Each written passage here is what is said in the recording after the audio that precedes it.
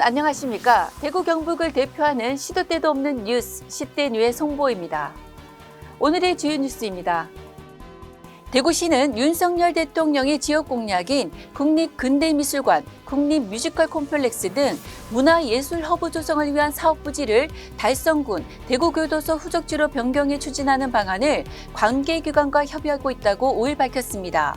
당초 두 국립문화시설은 옛 경북도청 후적지에 건립하는 것으로 지역 공약에 반영돼 있었습니다.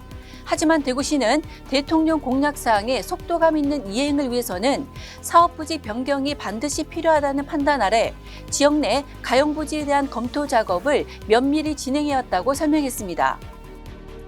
경북도가 이달 초 경북을 대표하는 예술작품과 미술사 등을 두루 담아낼 경북도립미술관 건설을 위한 용역에 착수했습니다. 미술관의 외형 디자인과 작품 분류 등을 검토하는 이번 용역은 도청 신도시에 위치한 경북도서관 인근 2만 제곱미터 부지를 대상으로 진행됩니다. 이달 중 도립미술관 건립 자문위원회도 발족합니다. 경북도립미술관 건립은 이철우 도지사의 역점 사업 중 하나입니다. 도는 지난 2018년 도청 신도시에 도립미술관 건립을 추진하기 위해 타당성 조사 및 기본계획 수립 용역까지 마쳤지만 정부의 사전평가를 넘지 못하면서 고배를 마셨습니다. 2차 전지 소재 기업 에코프로가 경북 포항에 대규모 공장 증설을 검토하고 있는 것으로 전해졌습니다. 5일 지역경제계에 따르면 포항시와 에코프로는 미국의 인플레이션 감축법 전기차 세액공제 세부 지침 규정안이 발표된 후 영일만 산업단지에 위치한 기존 공장에 더해 공장 증설을 협의 중입니다. 새 공장은 포항 블루베리 국가산단이 유력하며 규모는 65만 제곱미터 정도입니다.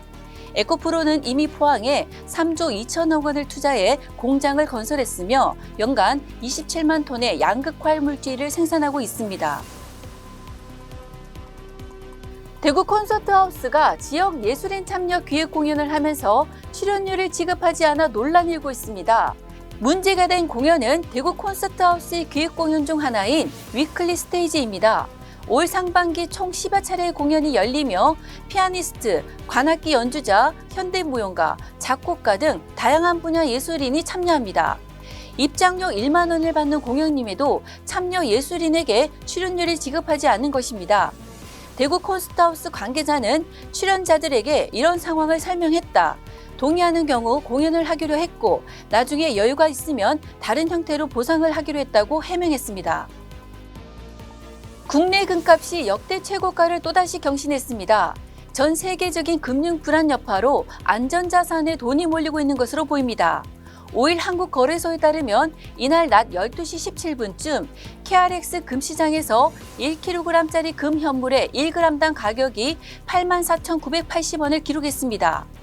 2014년 3월 24일 KRX 금시장이 거래를 시작한 이후 최고 가격입니다.